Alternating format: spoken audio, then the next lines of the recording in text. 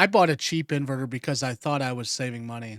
And that decision ended up costing me more and creating more problems and teaching me one of the most expensive lessons in off-grid living. The cheapest inverter is often the most expensive inverter you can buy.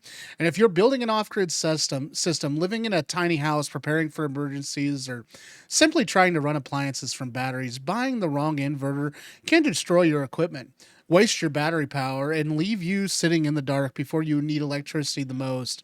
And the problem is that cheap inverters often look almost identical to expensive ones. They advertise the same wattage, they have the same outlets, they may even have impressive looking displays and cooling fans, but the number printed on the box does not tell you the entire story. The first problem is the difference between continuous power and peak power. A cheap inverter might advertise 3,000 watts, but that only be for a short term surge rating, and the actual continuous output could be dramatically lower. And that matters because appliances like refrigerators, pumps, microwaves, power tools, heating equipment can demand a huge amount of power when they start up. And a refrigerator might only use a few hundred watts while running, but its compressor can require much larger surge when it starts.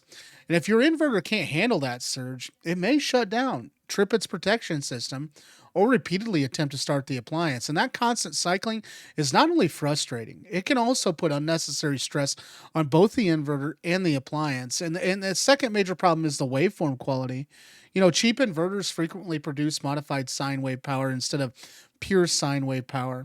Some simple devices may work perfectly fine on modified sine wave electricity, but many modern electronics are designed to operate on clean, stable power. Motors can run hotter, chargers can make strange noises, audio equipment can produce buzzing, and certain appliances may not work correctly at all.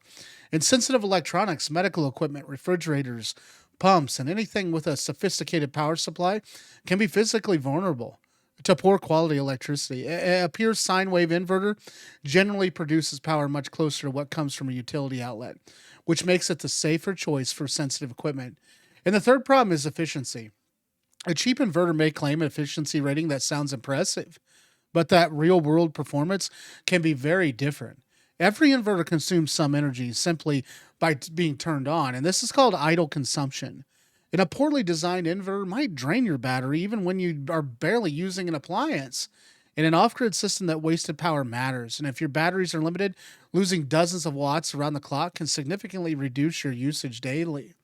And over a day, a week, or an entire winter, that wasted electricity, it adds up. And this is the one reason why a cheaper inverter can actually cost more to operate than a most expensive one. An efficient model. Heat is another huge issue too. Inverters convert DC electricity from your batteries into AC electricity from your appliances. And that conversion creates heat. Quality inverters are designed with better cooling systems and better components and better thermal management, and cheap units often use smaller heat sinks, weaker fans, and lower quality components.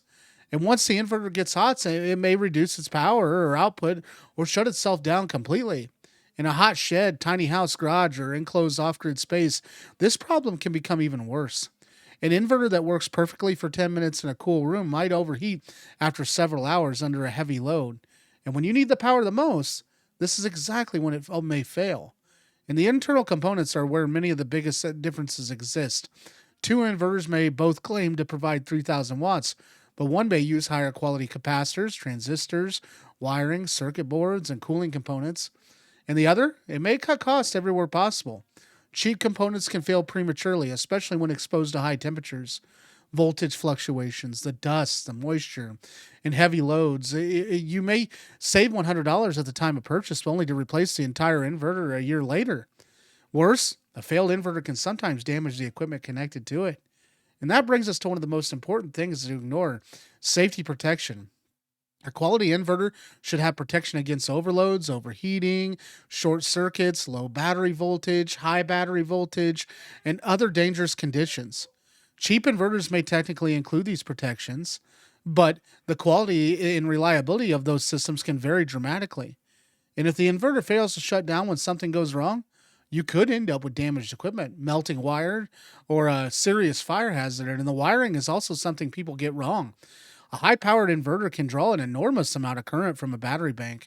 For example, a 2,000-watt load on a 12-volt battery system can require well over 160 amps after accounting for inefficiency.